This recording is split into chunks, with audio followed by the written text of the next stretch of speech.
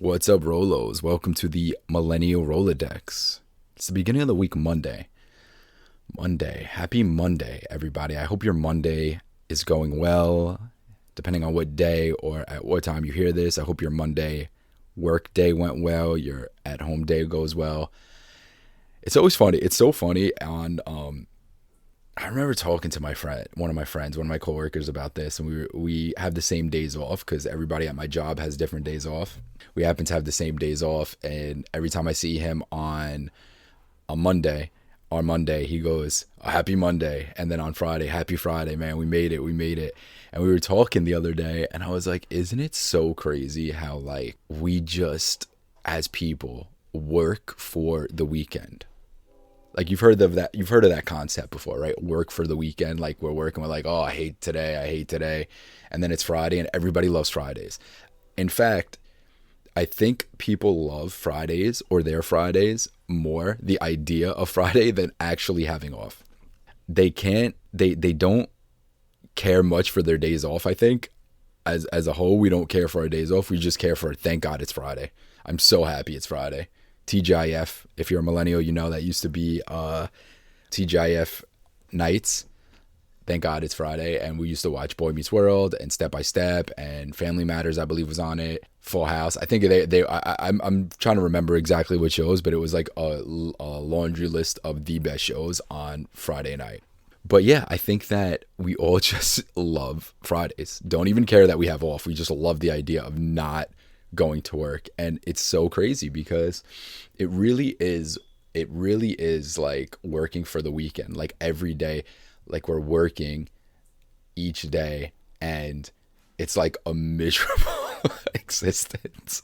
And you're kind of like, all right, but Friday I'm off the weekend. And it's like, I don't know, it's so weird. It's a weird concept to me. It's so interesting because I'm somebody who I like to be positive. So I like to be every day in a positive state, a positive, like, oh, thank God it's Monday. Thank God it's Tuesday. I used to listen to this guy. I think his name is, I forget. He's the hip hop preacher. I think it's Eric Bishop. But Eric Bishop sounds like that might actually be not his name. I digress. Again, I'm going to digress a lot. But I used to listen to the hip hop preacher. That was his name. You could find him on YouTube with that name, the hip hop preacher. And he used to say every day, thank God it's Monday. Because he had this just like thrill for life. And I do wonder how much of it is that people just hate their jobs. But more importantly, not hate their jobs, but just literally like hate this life that they've set up for themselves. I really do wonder how much that is. And what is that? And what does that mean? You know, because there is something about if you're living your life every single day that you want to live it, that you don't care what day it is. And I feel like I'm one of those people that try to enjoy every day, but I'm not. It's just I'm a contradiction. I'm a hypocrite. But it is like one of those things where it's like, yeah, but it doesn't matter. Mondays has that like feeling where you're just like done, dead. Like I called out of work today. Full transparency. I called out of work today, and I wasn't feeling that well. I smoked a cigar last night, and that is from what I'm told by the dear lovely, my significant other, that's the reason why I don't feel good today. But I don't think that's true, and I don't want it to be true. So I'm going to say it's not true. And it's really what we think and what we want, guys. That really makes our reality, and what's true and what's not true. So that's that. So I wasn't feeling good, and I called out today. And a listener of the show, friend of the show, I'm going to start just quoting. I'm just going to start copying everything Tim Dillon says on his podcast. Friend of the show, and one of my friends, Deb, it's almost like she has this psychic ability to text me the days that I'm not at work. And she said something to me, and she says, if you're not here today, I'm going to kill you or something. And I said, I called out today. So she has a psychic ability. She knows exactly when I'm not at work. And she texts me and says, if you're not at work, because I'll say, I'm not at work. I can't help you out. And so she knew that. So Deb out there, friend of the show, Tim Dillon, I love Tim Dillon. He will hate me though if he ever listens to this or if I ever meet him, because he's gonna be like, you're just like a fucking dumb, not funny, poor version of me, bro. So stop this now. I'm like the B Tim Dillon, the B. What is it? The working man. They call it the working man's Tim Dillon. So yeah, Tim Dillon, friend of the show. Just copy. This is literally me just copying Tim Dillon. If you know this, if you know him, if you don't, listen to his podcast. It's amazing. It's my favorite podcast out, one of them. But yeah, I'm just gonna copy everything he says. I was listening, but that okay. All right, this all bleeds into everything, guys. So I'm gonna go back to the original thing, but that's another thing. I listen to, I say, hey, listen, guys, get off your phone. I listen to podcasts all the time, guys. I'm, like I said, the biggest hypocrite. Oh, technology is killing us. I'm on my phone a lot at the same amount of time as everybody else. I just talk shit about it. And so I listen to podcasts, you know, I listen to my own curated podcast, my own algorithm. We all have our own algorithms, guys, you know? And so this is my theory. This is my working theory. And I just think this is true. Everything we say and do, it used to be books, you know, when books, film, like back before movies, it used to be just books and like who you hung out with. Now it's books, who you hang out with, movies, music, and whatever you see online, which could be anything. And it's your curated, but really mostly we don't hang out with people, we don't watch movies anymore, and we don't read books anymore. So now it's just curated on what your algorithm is online, and that's exactly your personality. It's not all the same. Like people like to say, oh dude, like you listen to Joe Rogan, you're like this, or you listen to like whoever, I don't know, NPR, so you're like this. It's like, no, it's a combination. I just say NPR. I clearly don't know anybody else besides Joe Rogan and Tim Dillon, guys. But you're just a amalgamation of all of these different shows that you watch, people that you listen to, and that's kind of it. That's really it. And now, since we're all on our phones 24/7, we just all sound the same. We all act the same. We all try to replicate our look the same. Like really, if you look, like people's lifestyles and what they say and what their reality is just what their algorithm is, what they just watch on TikTok, YouTube. I don't have social media, but their social, like Instagram and stuff, what their Instagram is, like what people are saying and doing on Instagram. And, you know, once again, I'm no better, you know, because I don't have Instagram. I just go on YouTube. I don't even have TikTok, but I just go on YouTube. It's the same exact things, guys. It's just shorts, just looking at shorts, looking at videos. And now I watch, you know, Tim Dillon show. So I do a podcast. I'm going to literally just copy him. Friend of the show, Tim Dillon. I'm going to copy him because I listen to him, and it's not my fault, guys. And it's not our fault that we listen to and replicate the things that we hear, because that's like human nature. If you hear something enough, you're going to talk about it. You're going to say the same words. Like when we grow up and we talk like our fathers and mothers and other family members and say things like the same sayings in the same way and the same cadence and mannerism, it's because that's what we do as humans. We replicate what we see and hear all the time. There's actually a funny thing of one of my friends. I was talking, I forgot exactly who it was, but one of my friends has a funny laugh. Oh no, one of his friends has a funny laugh. We were talking about how we replicate other people's like mannerisms and stuff that we hang out with a lot. And he was telling me that him and his group of friends growing up had a friend who laughs really ridiculous. And when they used to make fun of him and laugh that same way to make fun of him, and then they all got that same laugh. So guys, come on. It's not my fault. I'm going to copy you, but think about it as an homage. All right. Think about this show as an homage to everything that I love. And I'm a fan. I don't care. You know what? I'm a hater, but I'm also a fan. So that's it. That's what I was going to say. That's it on that. And I think we are all an amalgamation of everything that we hear and say and do. And listen, even if you go off the internet, you're still going to talk, you're still going to hang out with people and talk to people, and those people are going to, even if you're off it completely, those people are going to be on it a little bit. You're going to get some kind of sayings and doings, even if you don't know where they're coming from.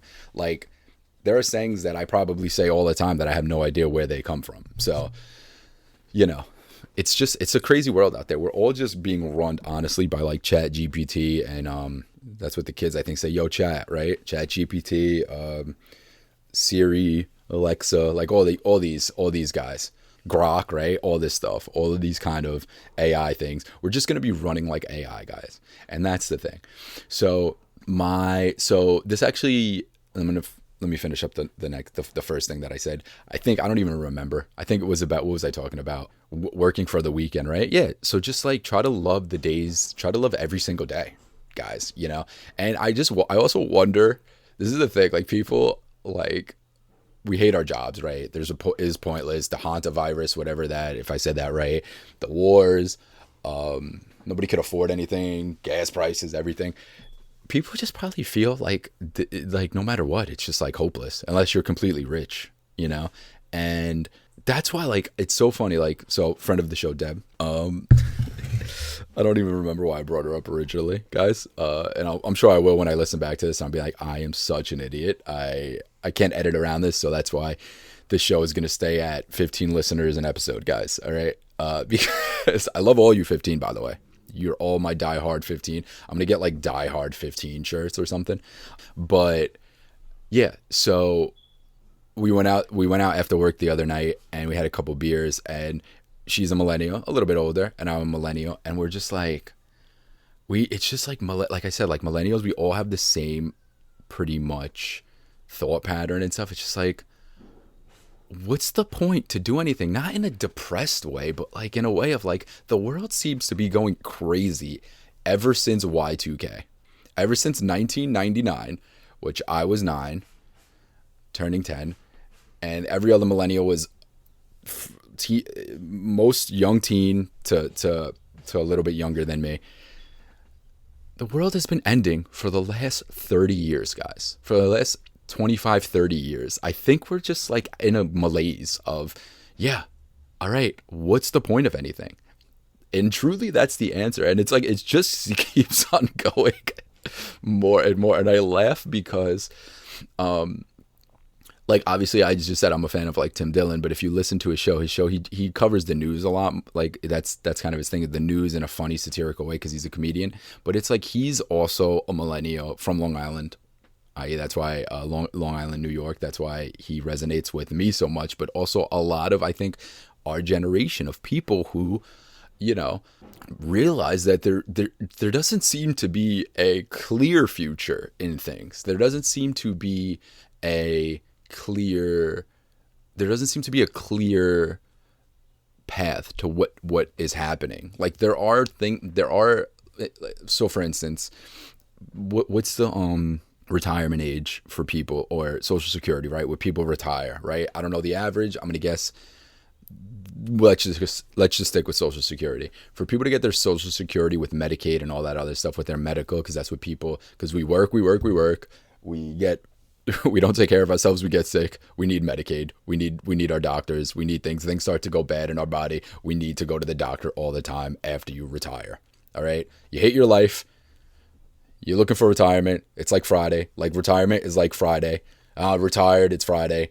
You don't really want to retire. You don't really care about the retire. You just want to you want that retirement day, to look forward to that retirement day. It's the retirement day. I'm retired. Right after that, very scary. Nobody wants it. I don't know anybody that's retired, actually, to be honest with you, or that ever retires. But, okay, fine.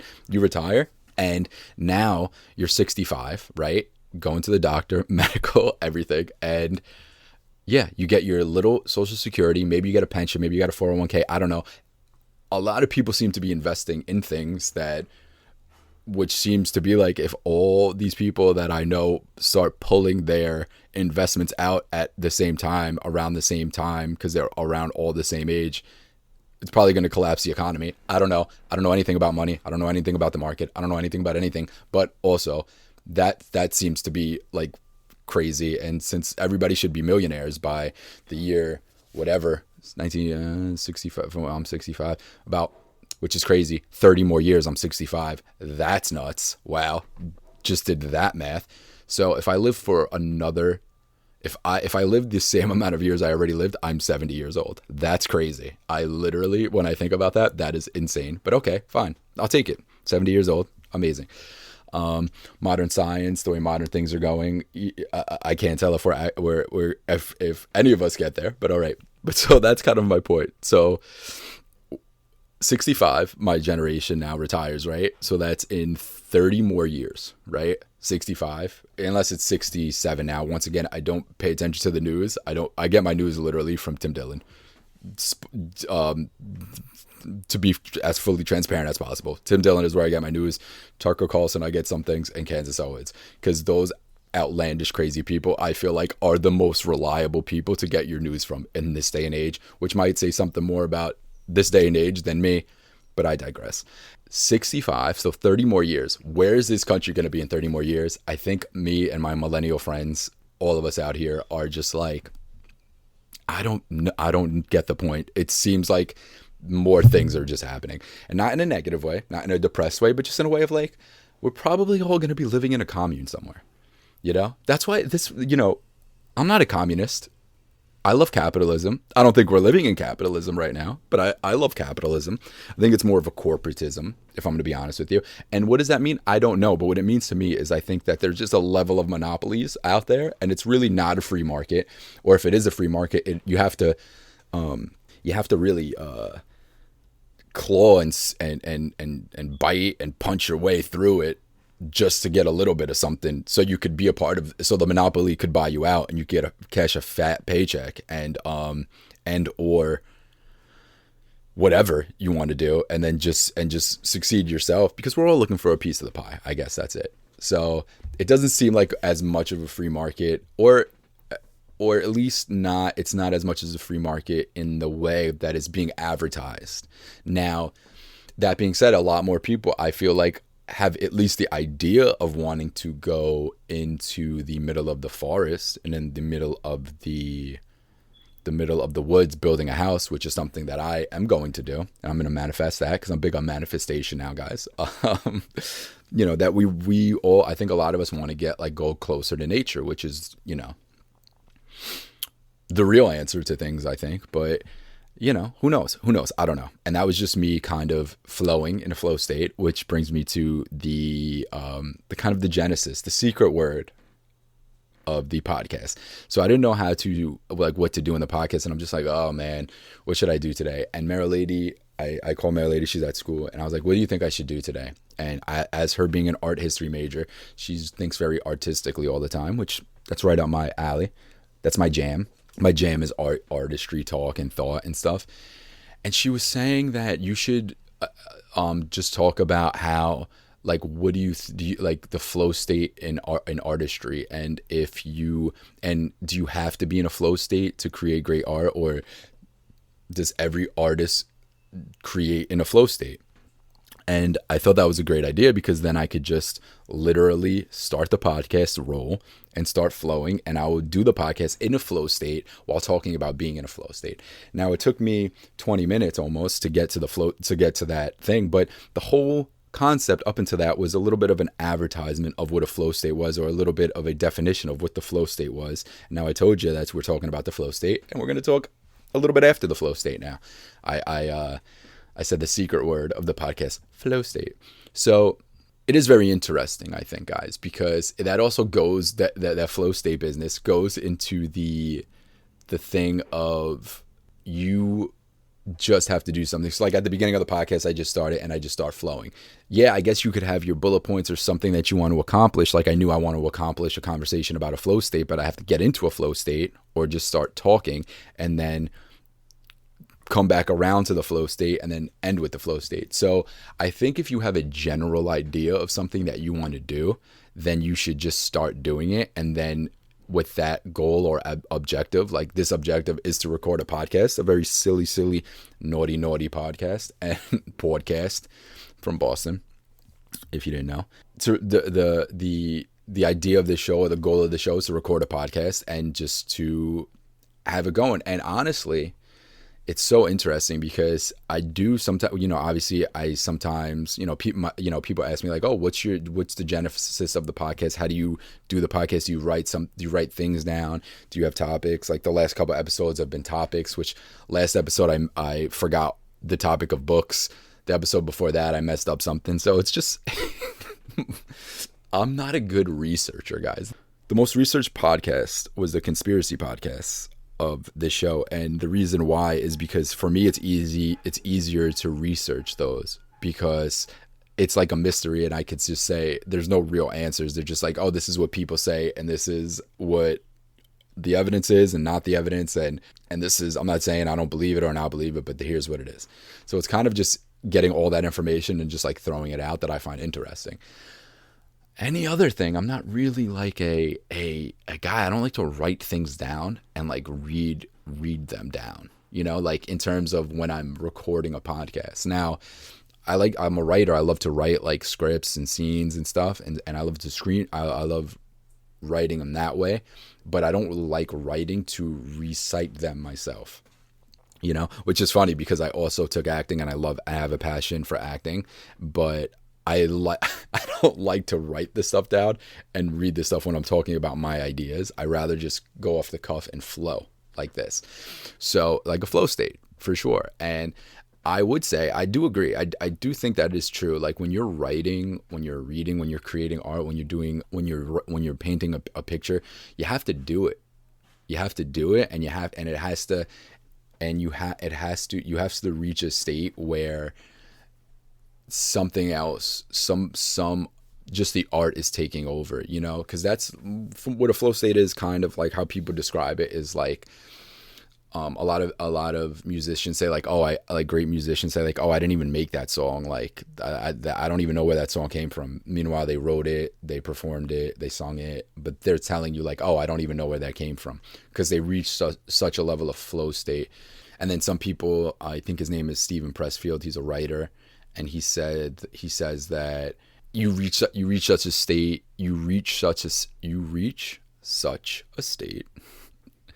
Talk to New York here.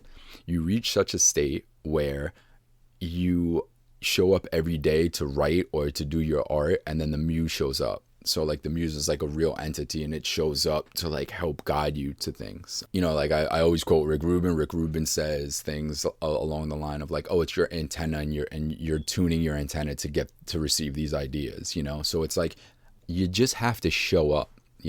In whatever aspect, anything that you're doing, you just have to show up, and then you have to do it, and then see what happens. And that's where you can't. There's no logic in it. There's no like, once again, and for me, because there are shows, there are podcasts, there are YouTube shows and stuff that people write down a script and then read the script, and they're hugely successful,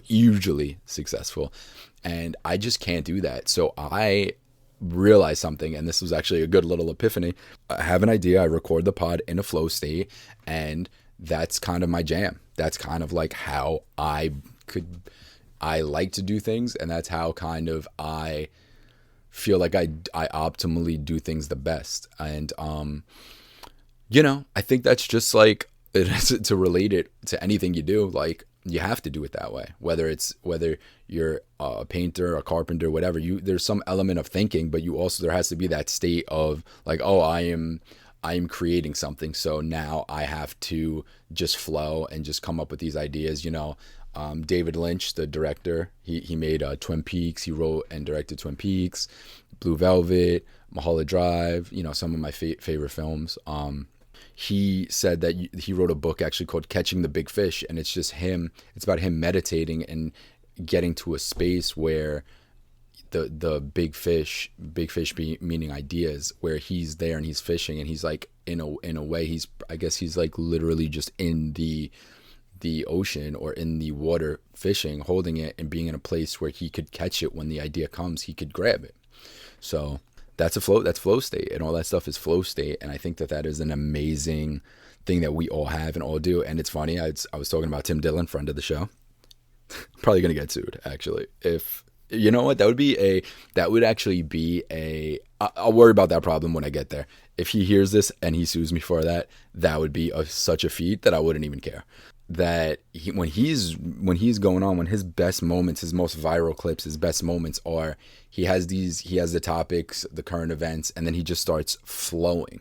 And that's when he really starts getting off, and he really starts going off and having these funny rants and these most viral rants when he's flowing for like maybe 5-10 minutes on a subject, and then he starts to get the idea of the joke or the funniness of the flow state, and he just starts to riff and go. And that's really it, man. So I'm gonna do it in the vein, and this is I'm doing that's like, ooh, all right. Looking out the window, and two pigeons are fighting each other. Two very ghetto pigeons from New York are fighting each other in the air. So that was pretty cool. Little aerial fight. And yeah, that's it. So I think like that's definitely the best way to do anything in life, I think. Especially in this world where everybody's thinking so much about everything. Like, oh, you got to get a house. Well, nobody could afford a house now. You have to essentially you have to have one job where you make $1 million, or you have to have 55 jobs where you make $1 million. And that's just so unacceptable in this world. But what's unacceptable? What does that even mean? I'll say unacceptable, and then somebody will actually, what is the definition of unacceptable? You're right. It's acceptable. Everything's acceptable. This is all great. And this is why my generation, 30s, 40s, 30-year-old, 40-year-olds are just like, whatever. That's fine. That's great. This is great. What are we doing? You're going to tax us? You're taxing us for what? For breathing? All right, that's great. Doesn't matter. I have no money. What are you going to tax me? That's why. So the other night when me and Deb went out after work, we had a couple of beers. We're both broke. We're both broke people. But guess what? It doesn't matter, because everybody's broke. I'm going to be broke. She's going to be broke. We're all going to be broke.